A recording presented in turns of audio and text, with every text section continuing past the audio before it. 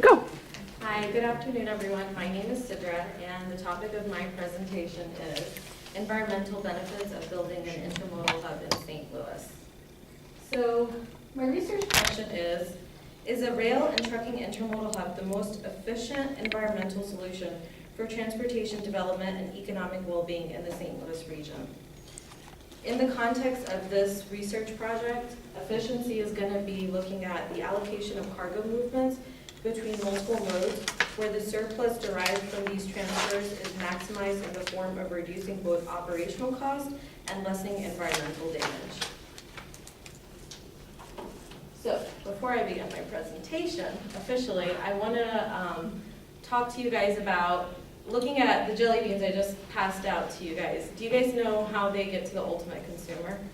Anybody want to take a stab at it? No? John? Truck. I'm betting there's some kind of truck from a factory that puts them on a train. That train goes to some, I guess, distribution center where they get it back on a truck, and the truck takes it back to whatever their store is, whether or not there's a secondary distribution hub in between. Yep. So that is exactly what ends up happening, except it's a tad bit more complicated. So here's an overview. Essentially, you get the jelly bean company. The production facility is in California, and then the shipment moves to Wisconsin for it to be sorted and to move to the buyers' distribution centers, there's a lot of regional distribution centers, and then from the regional distribution center, it goes on to the store, and then to the shelf, and then to the consumer. So as you can see, there are a lot of different transportation modes that are being utilized through this process, and they're very complex. Consequently, transportation is a major factor in like business overall. Like, how do businesses price products? And you as a consumer should care about it for a variety of reasons. Number one, like I said, they affect prices. They impact congestion on highway systems. Transportation affects infrastructure. You know, there's a ton of trucks on the road. Of course, it's going to deteriorate our highway system. It affects pollution emission, and it also affects the economic well-being of an area. So, I'm going to move on and give you guys a little bit of background. Intermodal transportation is basically using multiple modes of transportation, and then it can be either rail, truck, or ocean, or usually it's a combination of two. And intermodal terminal is basically a railroad facility, and it's designed for loading and unloading of containers. And an intermodal hub is basically, it's like an intermodal terminal, but think about multiple railroad carriers within an organization, within a common area, and they have multiple lanes running through. The reason why I introduced Jelly Belly, and I'm going to kind of sidestep a little bit, is because in 2012, when they were getting hard hit with, they had to go back and they looked at their economics of their transportation. And they were, I think 400 trucks annually were moving from California to Wisconsin. And that's a lot of money. That's like dedicated trucking carriers to and from. So they made the decision to move all of their movements from California to Wisconsin to their distribution center. They decided to use intermodal transportation.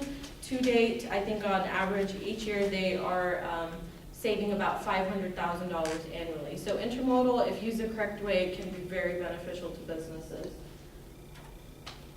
I'm going to look at St. Louis today. So believe it or not, St. Louis is a major transportation hub. More than 1 billion tons of cargo passes through St. Louis. 60% of that is used by a truck. It's transported by a truck. And then 33% is via rail, and 7% is all other modes. So St. Louis is also, as you guys are probably aware, since most of you are from here, we have a lot of waterways and a lot of containers. So containers are the metal boxes that cargo is shipped in usually. They're used primarily with waterway transportation. St. Louis receives a lot of containerized cargo, and we are located, we have a lot of waterway systems, and this just shows that within within the systems that are near us, since the decline in 2007, they're steadily starting to pick up. So St. Louis is also very important because it's available. I think cargo delivery from here is available either same day or within 2 days in the continental United States. So it's like a focal point, and it's a hidden gem is what I think about it. There's also a lot of manufacturers here. I mean, there's Energizer, there's Monsanto, and a couple of other really interesting manufacturers over here. Build-A-Bear. So here's the current situation. There are 4 rail terminals here. There's CSX, Norfolk Southern, Union Pacific, and BNSF. And if you look in relationship to this map, the airport is like all the way over there in Bridgeton. And all these rail terminals are more towards, like, I think towards Illinois almost, in my opinion, besides the exception of BNSF. But they're really far away. I've been involved in the trucking industry here. And from my knowledge, most of your trucking carriers are like around this area. It's not even near here. So if you think about it, there's a lot of intercity transfers going on that not only impacts cost, but that also impacts the environment. So today, what I'm going to look at is I'm going to focus on the economic or the environmental argument. Sorry, we're going to look at the arguments of reducing emissions, the positive externalities that an intermodal hub would create, property rights, marginal control and damage costs, maximizing net benefits, and the opportunity for technological progress. So, an intermodal hub, how many of you guys are familiar with FedEx? Okay, so they have a hub in Memphis, and then everything is basically outsourced to different destinations, correct? So intermodal hub sort of works the same way. There are, you have the hub, and then there are direct connections to the hub, but there's also like branches, if you can think about it that way. The hub and spoke network becomes really important because it allows cargo to be consolidated. So if you ever think about conventional trucking, like Jonathan mentioned, a lot of transfers, and you know, you have the cargo, it goes from origin, so whoever the shipper is, and then it goes to a local warehouse where it's consolidated, which is basically the middleman, to a rail terminal. Usually that's the way it is. With an intermodal hub, you're kind of eliminating the middleman step. It goes straight from origin to the intermodal hub, where it is consolidated by the basically rail terminal. So that's, I kind of wanted to give you guys a little bit of insight into that. As a result, you're lessening what is called drayage costs. Drayage costs are those intercity transfers, those short haul distances, and you're lessening CO2 emissions. So railroads are 4 times more fuel efficient than truckload. And it's really important to get your head around that concept because that's like 75% less greenhouse gases in the air. That's also less environmental stress on, you know, your infrastructure. There's a lot of studies that have been done, which I was not aware of until I started researching this, about they use avoidance expenditures method a lot, and they looked at like CO2 intensity with truckload compared to using intermodal. So truckload is just on a truck, intermodal is a combination of rail and truck.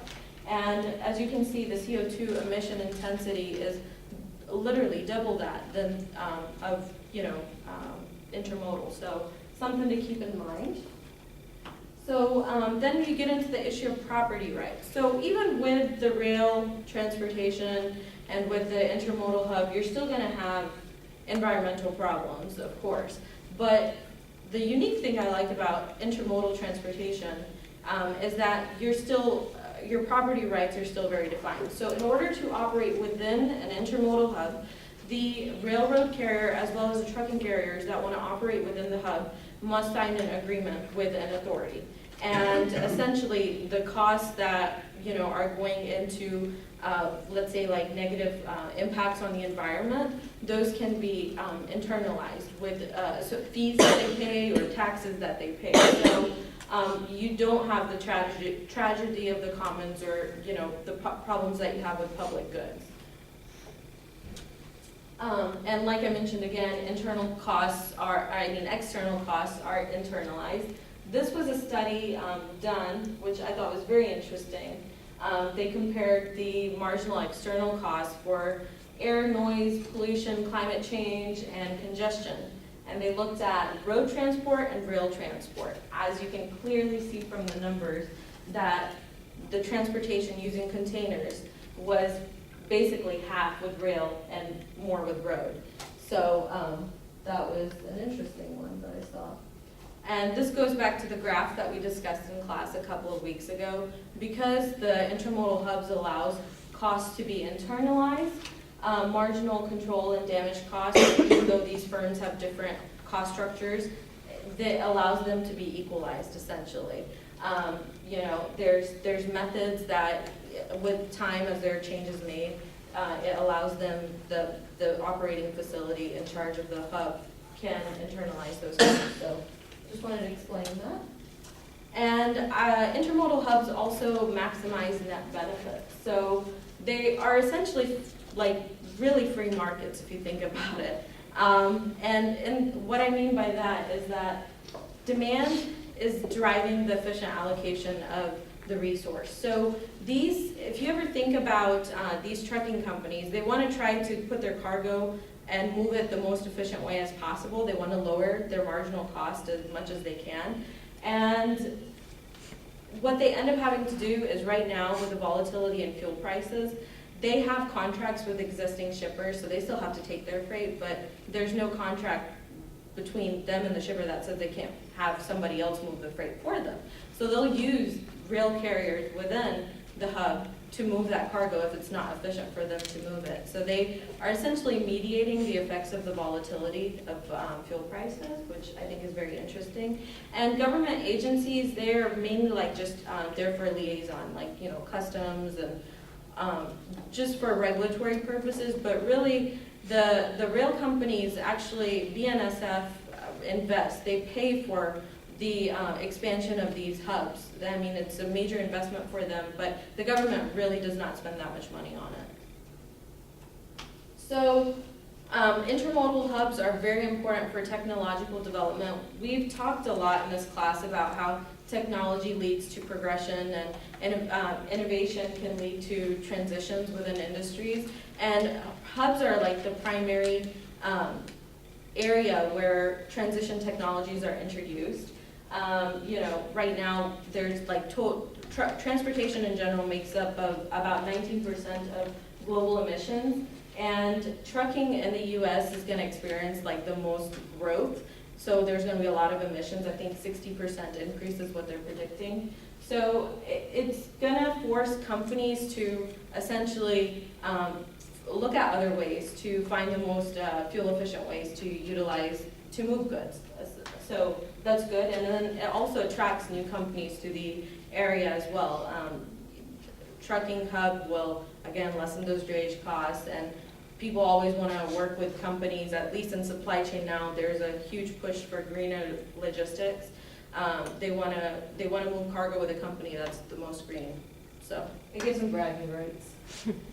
So although an intermodal hub is really great for environmental reasons, it still faces a lot of opposing arguments.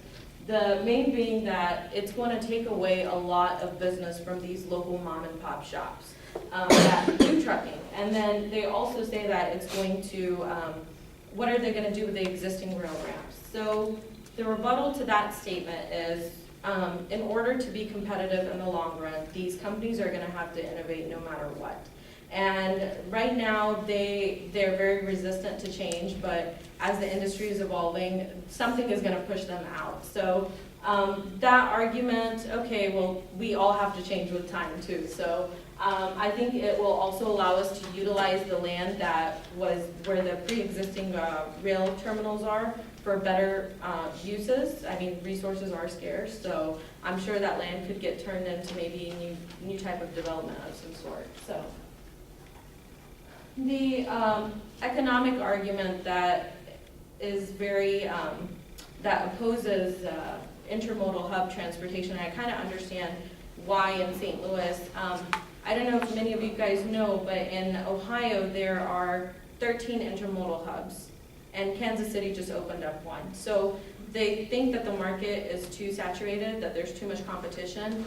However, if you look at our data, even though we have our exports are decreasing, our imports are increasing, and a lot of commodities still continue to flow through St. Louis, so it still remains pretty viable. I mean, even during the economic downturn, we still have a lot of transportation companies here. Missouri, in comparison to others, this was a really cool map I designed using ArcGIS. And one of the things I just want to point out here is in relationship to other states, like if you look at Missouri, it's very dark, and it's also connected to a lot of dark states. So there's, like I said, kind of reiterating my point, a lot of commodities do flow through Missouri, and they're also destined for Missouri. So just kind of keep that in the back of your head. And then an opposing environmental argument is that it's going to attract new businesses, so there's going to be more pollution. Well, yes, that's true, but people want to do business, or businesses want to do business with each other that are socially and environmentally responsible. And I feel that intermodal hubs, as can be seen from other hubs around the nation, they do foster healthy competition between the firms to be the most green that they can be, so that's a good thing. So alternates to building an intermodal hub in St. Louis is, one, we could just convert an existing rail terminal to an intermodal hub. The problem with that is, who do we choose? So there's a lot of political issues around that. Another thing is if you remember from the graph I showed you earlier, those rail terminals are so far away that sometimes it's not going to make much sense for them to be still out there. Your drayage costs are still going to be high. Constructing a port is going to be extremely expensive. The demand right now, because we don't have that many exports coming out of St. Louis, is not going to justify that. And we could leave things the way that they are, but that's not going to be environmentally sustainable, and it's not going to be using the most of our resources.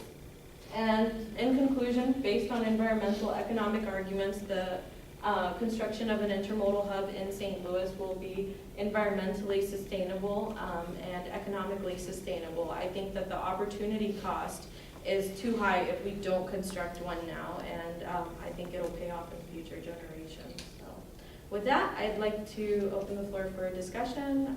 Questions? Anyone? No? Everybody like their jelly beans?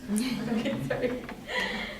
And you got a slide about cargo coming in and out of St. Louis. Uh-huh. Does that account for, I guess, it's technically coming in and out of St. Louis, but the like freight on Mississippi? Yeah, so that, I think it was the first one.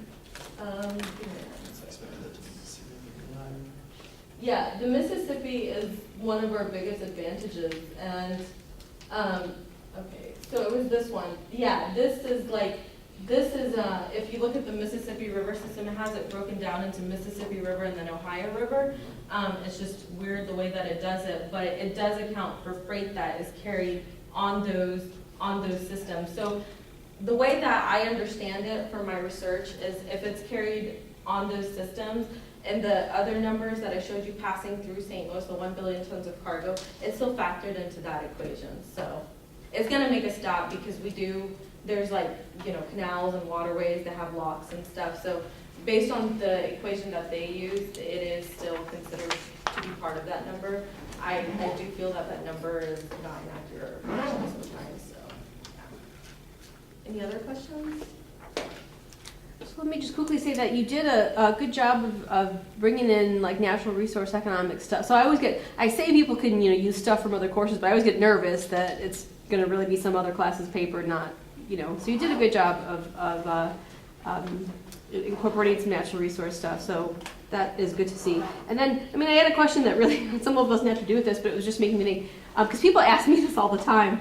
Why are gas prices so cheap in St. Louis? And I always felt like we're landlocked, so it can't be like shipping is cheap, but maybe it is that shipping is cheap. Do you have any idea? No, I think the reason why gas prices here are so cheap is number one, compared to, if you look at MoDOT and if you look at the Illinois Department of Transportation, MoDOT is much more I would say they have their ducks in a row than Illinois. And there's also a lot more companies here as well.